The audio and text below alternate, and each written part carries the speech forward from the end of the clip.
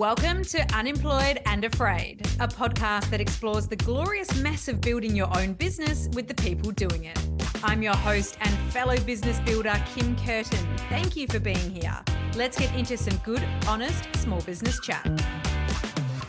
If there's one thing I wish I was told as a child in school, in work experience conversations, or in career conversations in general as an adult, it would be that whatever we decide to do, it won't be the only thing we'll do. And it's not like once you start a business, that changes. We are always evolving and pivoting and all of the insert buzzwords for changing our lives here. And I would want that reminder over and over and over again whenever I was facing a decision or wanting to action a new idea. Jamie, the founder of an agency called Defiant Digital, who you'll hear all about and from in a sec, has had some wild reinvention. He gets what it means to have many, many different lives throughout your career. And in the sharing of his story, you're going to hear about leveraging the core skills you learn from one industry into an entirely new business, making it impossible for yourself not to achieve, prioritizing learning over profitability when getting started, the identity challenge when you go from one thing to another, staying positive when you're starting all over again, shifting from building into leading, and the need to really dig in when you're building a business. I loved this chat, and not just because I got to nerd out on cars for a hot second because I am a sneaky rev head, but because Jamie has an attitude I find really refreshing. He's highly ambitious, honest, gutsy, and willing to go all in on himself, something we all need to do every single day. So let's get into it. With me today is Jamie Kritharas, the founder of Defiant Digital. It's a creative performance and digital marketing agency in Sydney that's helped grow over 300 businesses. But today, of course, we get to hear about the experience of growing his own. Defiant Digital specialise in high-converting ads creative, meta ads, Google ads, email and SMS marketing, and they're connecting brands to buyers as a leading full-funnel performance agency and helping brands grow past 7 and 8 figures. Yes, please. Creative performance is their secret weapon. They're uniquely blending creative and performance together for clients such as Hipages, Milky Lane, Fairmont Homes, Above the Collar, My Way Up, and loads more by stopping the scroll with their creative work. As after spending millions of dollars testing ads in every industry imaginable over the last 6 years, Jamie's team have become masters of grabbing attention in those pivotal first 3 seconds. Now, you will know by being a regular listener to this show that I shy away from income flexing too much, but the experience of growing an agency from $0 in revenue, where we all start, to $2 million in just 12 months must have made for a pretty head-spinning journey, especially when you hear about the job he was doing before. So I'm excited to hear all about the journey. Jamie, welcome to Unemployed and Afraid. Thanks so much, Kim. And yeah, thanks for having me. Really looking forward to this chat. We do have you at a pivotal time in your life where your wife and you are expecting some imminent arrival of some small people. So we have to pause at some stage, but I am very happy to have you here at that stage in particular. But I'm curious to know a little more about your wife and how she might describe you. Ooh, that's a good one. I mean, look, she'll definitely describe me as a hard worker, very, very focused on what I'm doing. And yeah, I think that's going to change a little bit with twin girls on the way, but we'll see how we go. But no, my wife's an absolute legend. She's been with me through every single step of this journey, through my music career, which we'll get into, and then even making the transition to being unemployed, essentially, and starting my own business. She was there supporting me through every single step of the way. So I'll describe her as an absolute champion and a rock in my life, that's for sure. Oh, the MVPs of our businesses. I absolutely hear that. So before stories, as you mentioned, are always very important, especially that key moment when you back yourself into entrepreneurship. But you have been an entrepreneur of some form before this one and had quite the journey. So tell me about before Defiant Digital, who you were and what you were doing. Yeah, so before Defiant Digital, I'll go back to school because that's kind of where it started for me. And I had a few older mates that were in the music scene. They were DJs and, 16, 17-year-old kid looking at these older boys going out and, just living the life as DJs, that was to me, wow, that's what I want to do with my life. These guys are getting paid to play music and be in clubs. And at the time when you're young, that's kind of where your head is at. So yeah, it kind of started there. And then they got me into a club underage, quite young, maybe like 16 or 17. And I just knew this is what I want to do. This is absolutely what I want to do. But obviously the sort of family tradition, and even just being a kid who wanted to get into property in my career, like that's always kind of what I thought I wanted to do. So I actually ended up going to uni for property valuation.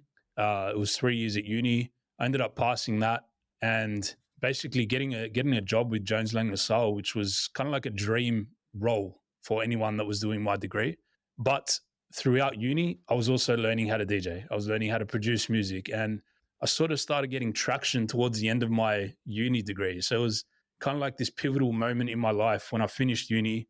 I had the dream job that anyone would want in my position, but also had a career that was starting to get me some traction. Like I was playing in the US, I was getting signed by a few big artists, and really had to make a decision. So yeah, it was on the, I'll never forget this, it was on the 2 months and 29th day of my job. So basically one day before probation. And yeah, I just resigned. I just said, no, I'm going to be, I'll never forget it. Said to my parents, I'm going to be retired from this day onwards. I'm never going to work another day in my life. Bit naive, obviously. But look, for 10 years, I lived that dream, and it didn't feel like I was working one day doing music and producing music and touring the world and basically just being supported by all my idols. And then Defiant came after that, which I'm sure we'll get into that transition. But yeah, then I started working again. So I was a little bit naive in my early days, but it was a great story to tell. And I'm glad I took a punt on myself so early in my life, because that's just set me up for success moving forward. That must have felt like a very freeing experience, saying those words to your family. I will will not work again. And I can only imagine that period of your life was pretty defining in a lot of ways, personally and professionally. And of course, very exciting for a young person. I must tell you, I also was snuck into clubs underage. And if only my experience at that moment became entrepreneurial and wasn't just mucking around for the next 10 years, things might have been a little bit different. So good on you for taking an entrepreneurial eye at the club potential. But this isn't about me. I want to get to that stage where Defiant Digital becomes a part of your thinking. I'm sure it took a different form as you were sitting down and it was sort of starting to seed. But take me to how that seed idea came about and how it played into what you were doing at that stage to cause this new shift. Yeah, so obviously 10 years in the music industry is, funnily enough, actually quite a long time. There's careers that are sort of here today, gone tomorrow, and that's pretty common in the music industry. But I guess for me, I had a really good run. Like I said, achieved so many goals with music. And I feel like sort of around the age of 28-ish, I started really thinking like, hey, I love this. This is cool, traveling the world, doing all this kind of thing. But I'm looking for more. I want more. I want to get more into the business side of things. At this time, I had a label. I was also managing some artists. So I was getting an itch for that sort of business and entrepreneurial side of the thing rather than just creativity.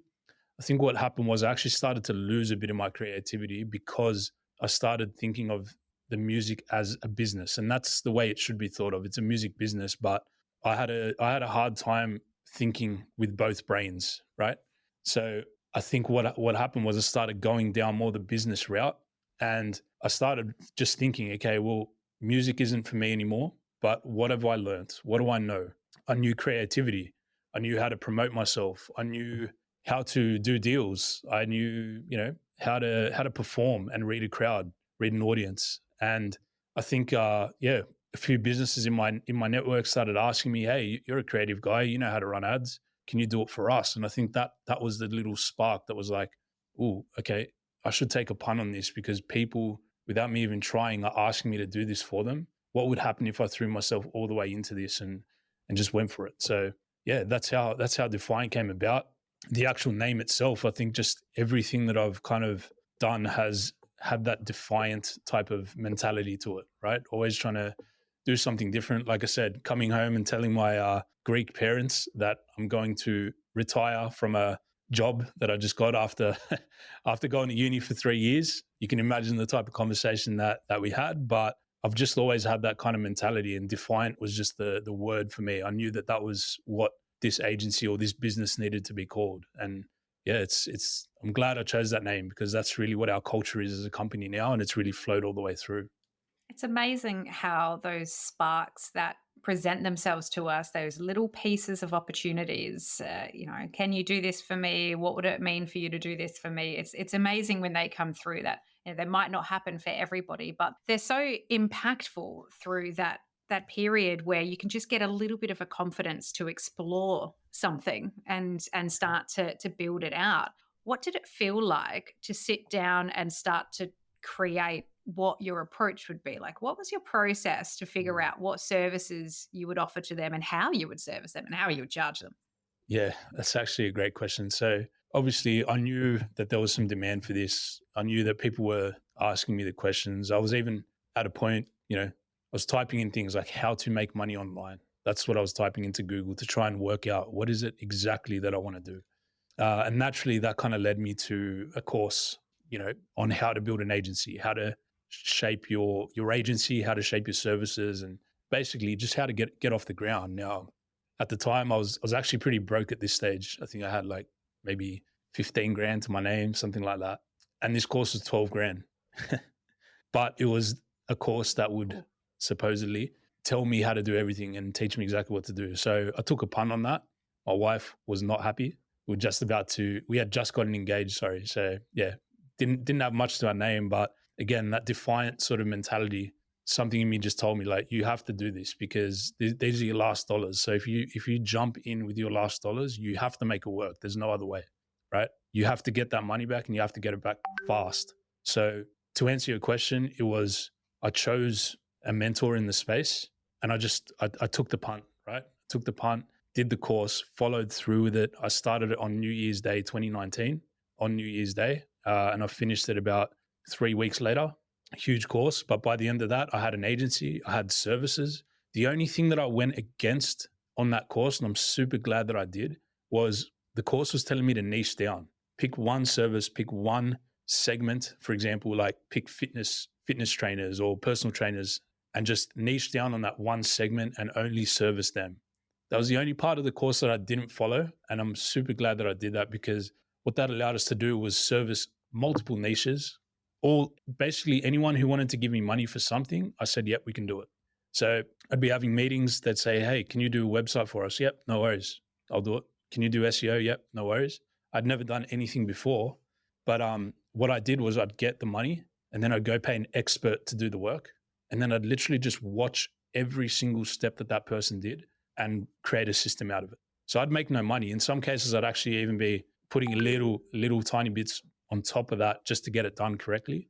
But that was a great approach, and it really showed me what I like to do out of all the different services that I could offer. And over time, that just started getting more and more refined. So we went from offering everything to being way more targeted and focused on what we like, first of all, and what we're really good at. I mean, I just think that's such a intelligent approach. It's the only word I can put forward for that is to make an active decision to know that you don't know what you need to know and be confident enough to go on a journey to learn it. I think sometimes with entrepreneurs, we think about the end goal. I've actually been thinking about this a lot lately. The end goal of what it is that we think we want to achieve feels so massive that we don't take the small steps to get there, or feel too afraid, not to overuse the term given the title, but feel too afraid to say that, yeah, I can make that happen, and figure out how to make that happen afterwards. It's kind of like you want to go into a sales call with a client knowing exactly how to answer their questions, exactly how you're going to get to their solution before having the confidence to say, now pay me for this. And I think it's just a reality that we have to walk into those conversations sometimes knowing that we are kind of doing a bit of fake it till you make it. We have to just live with that and kind of put that forward. I mean, that's really insightful, and it gives me the immediate thought that I'm having, and I know the listeners having that too, is, you're walking into this, getting yourself down to the bare bones of your savings. And Mhm. then, essentially money in, money out, zero Yeah. profitability or very low profitability at that stage. How did you manage through that period? And how did that feel as an individual? Yeah. I mean, my wife, for a start, was, like I said at the start, my rock, right? She supported me. She could see that I was going to make this happen no matter what, right? So shout out to my wife Mary for that. I think that's so important, by the way. Any kind of entrepreneur having that support from people close around you. Everyone's going to want to tell you, "Oh no, this isn't going to work. No, it's not going to work." And if you listen to that, it's not going to work. So, having one or two of those people around that just support you no matter what is so important for a start. And I think as well, like the great thing about that scenario is you literally have no option. Like the only way is up when you're in a position like that. So when you don't have much money, you're gonna do what it takes. Most people will do what it takes. And I think that's a true sign of an entrepreneur is being able to take a punt on yourself. You're going to have imposter syndrome. You're going to, I remember the feeling clearly about just, what am I doing? I'm not an expert at this. Why am I taking people's money? I've never done this before. But I knew morally I was going to pay an expert to do that work. And I knew it was going to get done one way or another. I just think it was a great way to learn. And even though it wasn't profitable, the learnings that I got from that were incredible. I also learned what type of people I need to hire when it comes time to building an in-house team. I learned how to motivate people. I learned project management. I learned all the pitfalls of a project. So it was my initiation into the game, put it that way.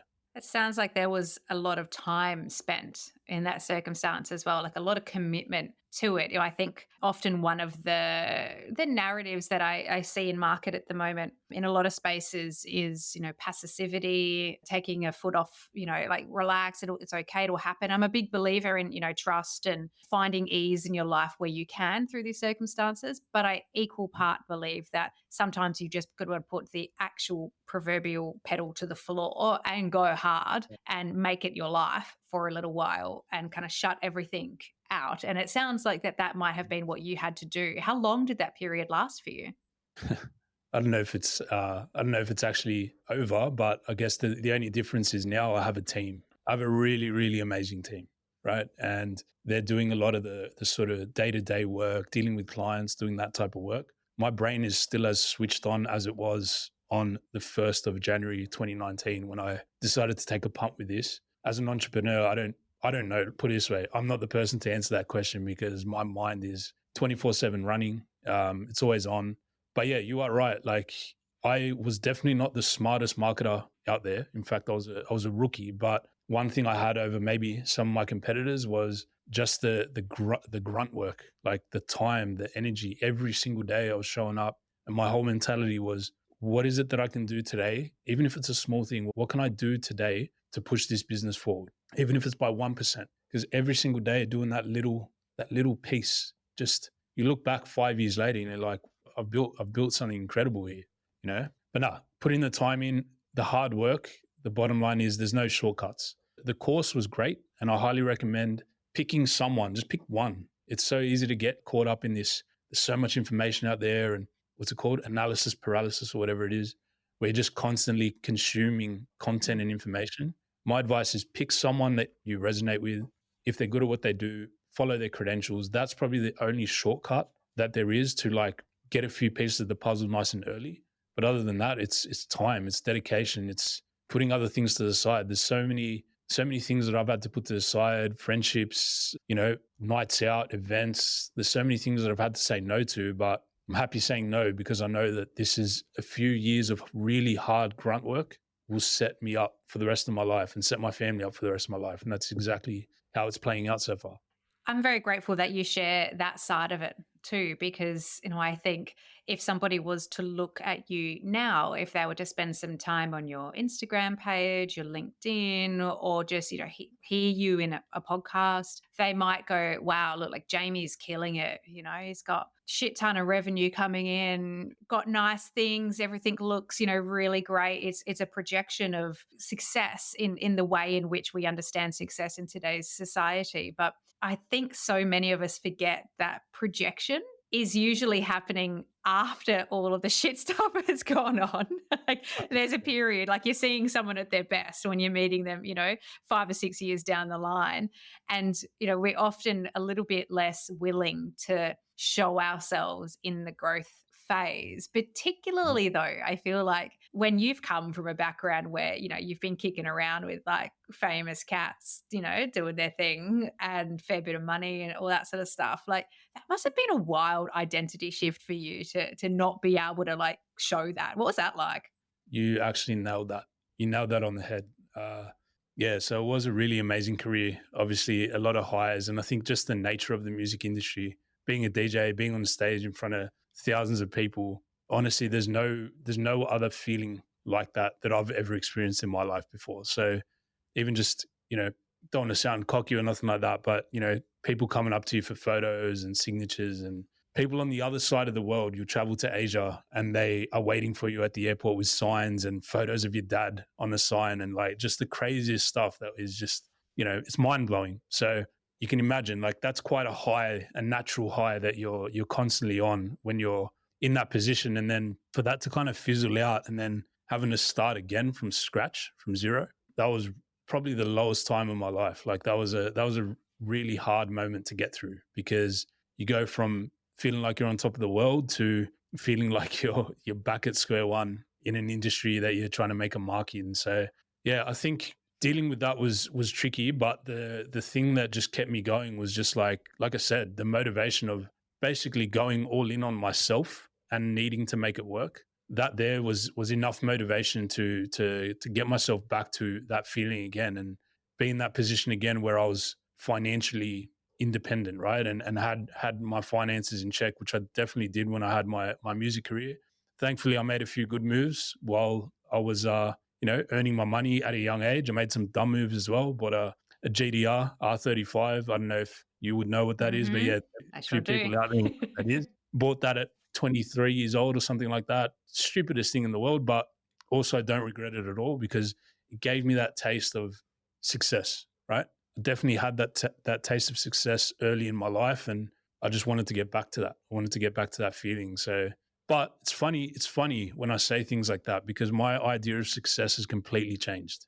It's completely different to what it used to be as a young single guy DJ, touring and that kind of thing. Like it's so different now, and really what it is just being able to wake up every day, do what I love, and be able to spend more time with my family, especially with two girls on the way. Success to me is knowing that I've put in 5 years of really hard work, 6 years now almost, of really hard work, and now I'm at a point where I can buy my time back to spend more time with my family. That's, to me, that's success. That's what it is, nothing else.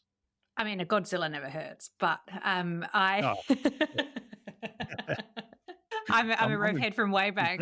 oh, well, okay. Awesome. No, I look on a much smaller scale. I'm hoping one day that just happens to me. Someone's like, "Hey, chick from Unemployed and That's Afraid." honestly one of the weirdest things I've ever experienced in my life. It's just strange, like why, But anyway, I mean, yeah, just someone who was following my life, and just I spoke about my dad a few times here and there. Used to make some jokes about him, and it became a thing. So yeah. I think what's so fantastic about that, and although, perhaps not everybody could relate to that individual experience, it is a very unique experience. If we generalize or zoom out of that a little bit, you do something in your life that brings you a little bit of financial security. If you fall in love with some of those things that make you feel good about yourself and make you feel like you're succeeding. And I know that I, in going on this journey, have had to pull back all of that. There is none of that left. That's all been stripped away. And you do start to go, oh, okay, there was perhaps something nice about that, but an element of superficiality to what that Oh, is. of And it's course, easy to look at that, of course. retrospectively. But then when you start to value actually, getting a really fantastic new connection with a client that's going to grow Yeah, me and their business together, and we can see each other grow and create legacy, or create things that are really powerful to make a difference in someone's life. Like to 100%. for me to be able to encourage a business owner to keep going and back themselves and get themselves to a stage where they feel proud, like that becomes a huge win. And, I think that it looks different for everybody, what the sacrifices are through the Yeah. periods of growing a business. But there isn't a business example I've ever heard where sacrifice doesn't come into it. Well, from it's Hmm. where you live to the car you drive to what you buy yourself or your family to the meals you have to the type of food you prepare. Like the scale of sacrifice is huge, but it's great that you shared that because it's real and Yeah. it doesn't matter what the specifics are. It's just real. Yeah. And I mean, a couple of years of like pure dedication, just putting everything to the side is incredible what you can do in a couple of years when you actually take that approach to it. Right. And it's when you think about it, a couple of years in your whole life to put your head down, put everything aside, say no to the events, say no to even sometimes family. Like, even my own wife definitely had to deal with my just pure dedication, almost, I would call it obsession to what I was doing. And it was tricky for her to deal with, even though she was the biggest supporter of mine. You know, just my mind just being completely switched on to one thing is crazy. But now we look back at it and we're like, wow, so thankful that we did that for that couple of years because yeah, all it takes is a couple of years of that dedication to pay off for the rest of your life is my honest opinion on it, or how I've approached it anyway. So highly recommend. And don't fall for everyone's going to want to try drag you into, oh, why are you working so much? Why are you, you're always on your phone, you're always on your laptop, you're always on your computer. What's wrong with you? That type of thing. You're missing out on life. But really, if you've got the bug, you're going to do it anyway. So don't do it half-assed. I would say just jump straight in and go for it and back yourself. It's your life and you're going to set yourself up for the rest of your life by doing so. I think you might have just had that message just for me then. There was probably something in there to take out for that one. So I appreciate that. I want to shift gears a little bit and talk. I mean, I guess it's not a complete gear shift, but personal branding seems to have played quite a pivotal role in your reinvention and in the building of your business. So how you show up publicly now as Jamie, who's leading Defiant Digital, who is an expert in digital marketing. There's clearly been a big personal brand shift in that. How has that played out for you, and what sort of things have you done to build your professional profile? Yeah, it's a great question. I think I'm really starting to venture into that more recently, I would say. In the first couple of years, it was not about personal brand. It was not really about that at all. It was about putting my head down, becoming an actual expert in the field before I tried to go and publicly talk about it and all that kind of thing. And I think now I'm at that point where I've got the runs on the board. I know exactly what I'm talking about. I've got enough case studies and proof that I know my stuff. And now it's the whole personal brand approach is just helping people. So, I'm really in a position now where jumping on a lot of these podcasts, trying to give value, trying to tell the story, but more than anything, with the content that I start producing, it's just going to be pure value and I'm not going to hold anything back. And I think that's what's really cool about being in the position that I'm in now in the business, where I have a team to do the execution. I have a team that are leading the team even. So I'm at this point now where personal brand for me is my way of selling without a hard sell. Obviously, we don't want to be going there and every single piece of content I put out is hop on a call with Defiant. Absolutely not. But I really think personal brand, you get to a stage in your entrepreneurial journey where you have to be putting out value because you can't be on every sales call as a founder. And nor should you, right? It shouldn't be me that's hopping on the sales calls with inbound leads. I don't think that's the best approach all the time. Even though staying close to the business, I'll always hop in. I love it because I love it. I love speaking to brands. But again, as you grow and as you scale, you really need to trust people to do other things. So then your personal brand becomes a way that you can sell through your content by honestly just giving value and teaching exactly what you know. Even you, in your position, you're doing a lot of podcasts, but you just giving the value. A lot of people feel uncomfortable about giving away all the secrets, but the reality is the more you give, the more people actually want to pay you for your paid stuff. And yeah, that's been a massive lesson in this personal brand growth. Oh, geez, I love that lesson so much. This is something, and I'm really glad that you reinforced this because I've said in multiple platforms that not every piece of content we put out there, whether it be a podcast, whether it be a LinkedIn post, which is where I tend to hang out most of the time, not everything has to have a call to action. Of course, when I promote this podcast, I'm content first, here's a story about a thing. And then, if you want more, you can get it on the podcast. Yep. But with my podcasting consulting, sometimes I'll just tell people, hey, if your artwork has cursive or italic fonts on there, you're probably doing something wrong because it's really small on mobile.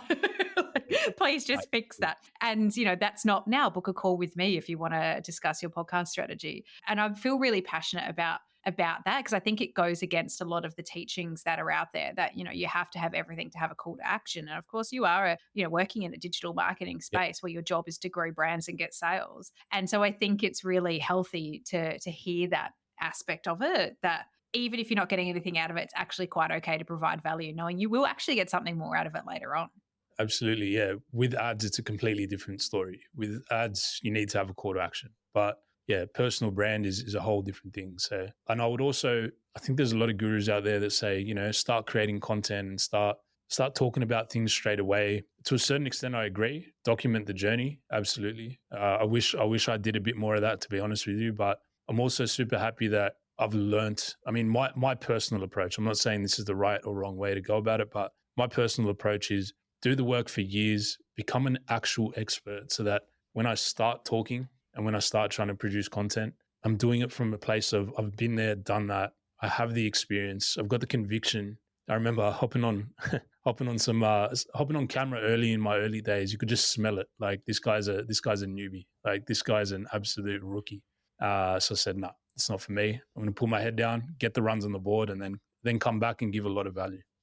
I think it's really fun. Again, this podcast isn't meant to be about me, but I have followed a similar path in podcasting. And I think this is even though I had 13 years in audio, I was in broadcast, 13 years in that space. And I worked in podcasting in some small way through that journey, but stepping out to be a podcaster, but more importantly, stepping out to be somebody who works in the field of professional podcasting for brands. Even I had a struggle with putting myself and my opinions out there because I felt I didn't have enough quote unquote runs on the board in this specific version of service that I'm offering. So, I think it's an important point to stop down on is that you have to find your unique in. And when we all see and consume so much content from leaders in the space who are telling us how something is done and, we're looking up, that's the easy kind of content to make.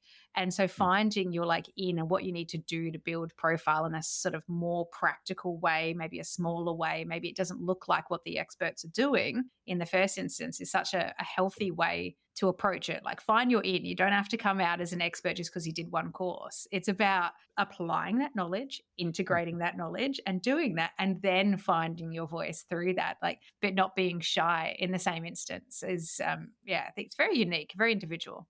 Yeah, you nailed that. That's so true. You touched on team there, and that's actually something I'd like to ask you about. You had that huge growth trajectory where you had to bring on a lot of people to help you fulfill the business, to help you learn, to help you become the leader in the space that you are today. Mm-hmm. So you've had team members alongside of you all of this time, but now having a bigger team and a team who's leading the team, what has that journey been like to now establish things like culture, development, less business activity focused things and more, company wide things? How's that been?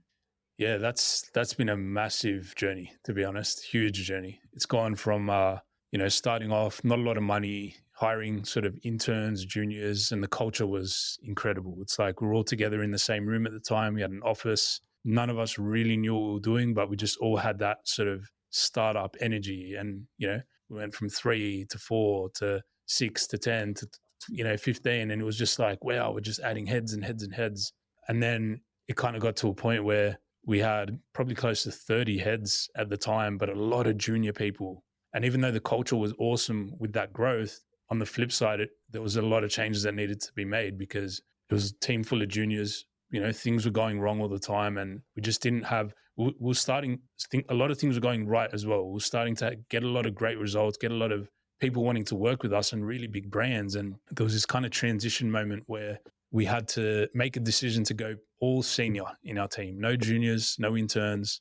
And obviously there was a bit of a carnage at that time and very pivotal moment in the agency. A lot of people that we loved, we had to let go, or just change had to be made in order to take that next step up. And culture was impacted when we had to do that. Of course, letting people go and things not working out with certain people is always it's a shock to a company. It's not something that people want to see. But unfortunately, as a CEO, you have to make some of these tough calls. And I'm thankful that I did it, because now the culture and the team are all seniors. They're all experts at what they do.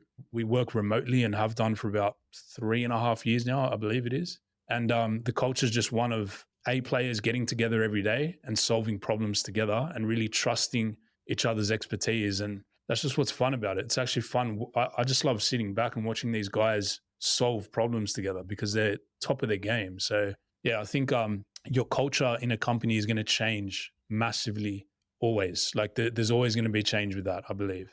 The core values stay.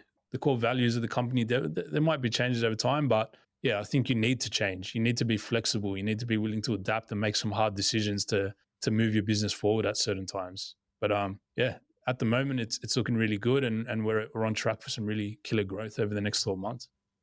Gosh, it must have been hard as a human to make decisions like that, to let people go, to rebuild teams, and then to go home and, be a human at the dinner table, with your family. 100%. And, just like resonating with that must have been difficult as an individual for you. It's the worst thing ever. It's the number one thing that I don't like about being a business owner is having to let someone go. It's a shit feeling. There's no other way to describe it. And, it's someone's livelihood at the end of the day. But again, as a CEO, we have to make decisions for the greater good of the entire company, because letting one person go might be what's needed to make sure that the other 29 people in the company have food on the table and can pay their bills, right?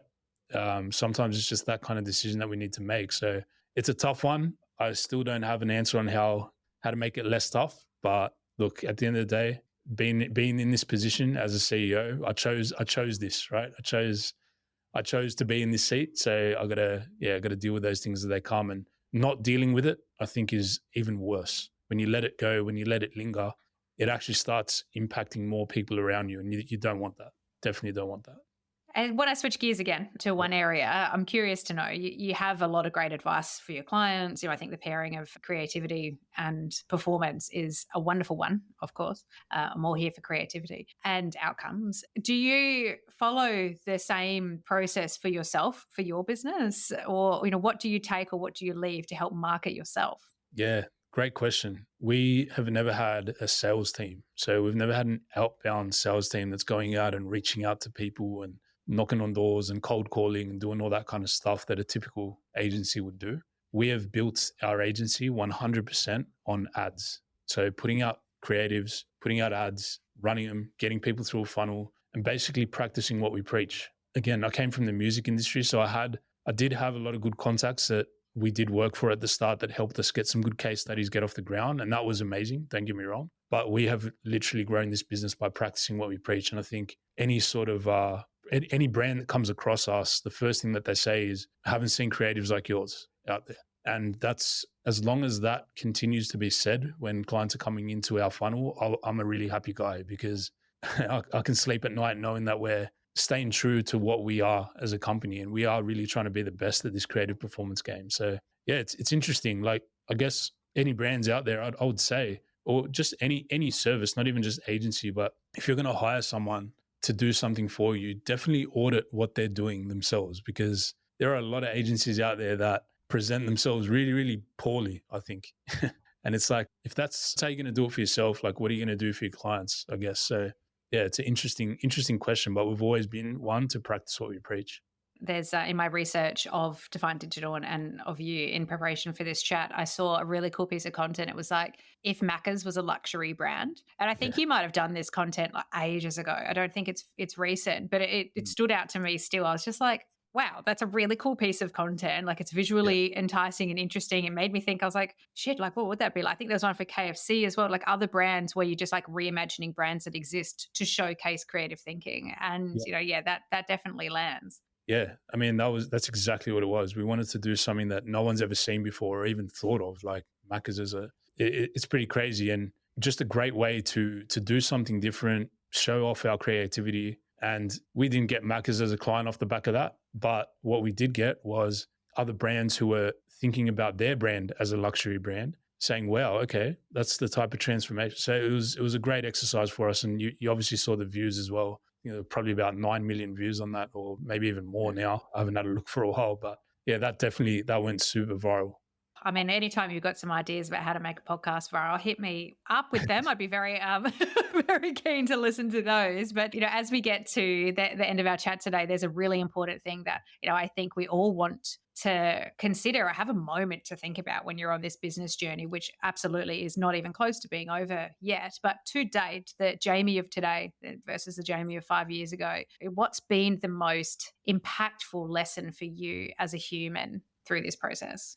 I would say probably a lesson I've learned recently, which is just really how important it is to get the right people in the right seats and trust them and incentivize them correctly. That has been an absolute game changer. And I was really stuck in this for probably, it was at least the first 5 years of the business. It's only the last 12 months that things have really shifted gears when I've learned this lesson. But I was stuck in that typical entrepreneurial pattern of working in the business rather than working on it. Right? That whole cliche that everyone always hears about. The only way I was truly able to get out of that was to get the right people, like really pay attention and go through the processes and do my due diligence on getting the right people in the right seats, creating the right incentives so that when the business was making more profit than I was expecting to make, those key pivotal people were sharing in that with me. Huge, massive for any business owner. And yeah, just getting out of their way and trusting them. It's so hard to do when you're the expert and you're the person that's built this thing and it's your baby, it's your reputation on the line. It's so hard to hand that off to someone. But when you do, then you can start to focus on the things that only you can do in the business. There are people in the seats now that are way smarter than me at running ads, doing creatives, doing everything that we offer. And that's just the feeling that you get when you have those type of people is just incredible. So yeah, I really urge any business owner that's out there that's kind of stuck in that hamster wheel. You've already taken the punt on yourself to create a business. Now take the punt on yourself to step away and trust other people, because that really is going to be that next chapter for you and your business. And yeah, that's the biggest lesson that I've learned, especially recently. I think it's a great one. I'd probably say one of the most impactful lessons that I've learned is the power of help and the power of network, and by asking for what the bloody hell it is that you want and need to help grow your business of the people you know and connect with. So that's going to be my final lesson to you, because it is a gift to let somebody into the inside of your business, but also your personal experience and doing it, all of that chaos that we experience along the way. As a thank you to that, what can I do for you, or what can the listener do for you to help you keep growing your business? Give me feedback. I think jump into our pages, take a look at what's going on. Let me know what you think. I would really love a fresh set of eyes. And I think that's, you don't get that when you're so tunnel vision on your own business. So yeah, I think I'm always open to feedback. I think feedback is a gift. I tell my team this all the time, especially when they're dealing with clients and doing projects and receiving feedback. I'm always an open book. So yeah, anyone out there that wants to assist in that way, please let me know. Would love to hear what you think. What a good one, because also you just never know when you reach out to someone and be like, you've opened the door to feedback. Someone comes in and says, hey, I saw this cool thing on your website, but like this didn't really resonate for me. Could it be done this way? Or, hey, have you thought about this as an angle? That then sparks new collaboration. That then sparks new connection, new networking. And we grow as a business when we partner with other business owners, when we get to know each other, like when we, use people's names when they're not in the room in a positive fashion. So I think that's a really good one. And I'll make sure to make it as easy as possible by putting the link to your website in the show notes, where all the goodies are always stashed, and Instagram and TikTok and whatever else we want to put in there, because when we're business owners, we are everywhere. So I'll make sure to put that in the show notes. Jamie, it has been such a pleasure to chat with you today, to learn more about you and about your business. Thank you so much for sharing all of your insight with me. Thanks so much, Kim. Great chat. Thank you for listening to Unemployed and Afraid, the podcast for small business builders with your host, me, Kim Curtin. If you love it, you can say thanks with a star rating and a review. And of course, join the community on Instagram, TikTok, Facebook, and LinkedIn. Find us at Unemployed and Afraid wherever you're hanging out, and I'll see you there.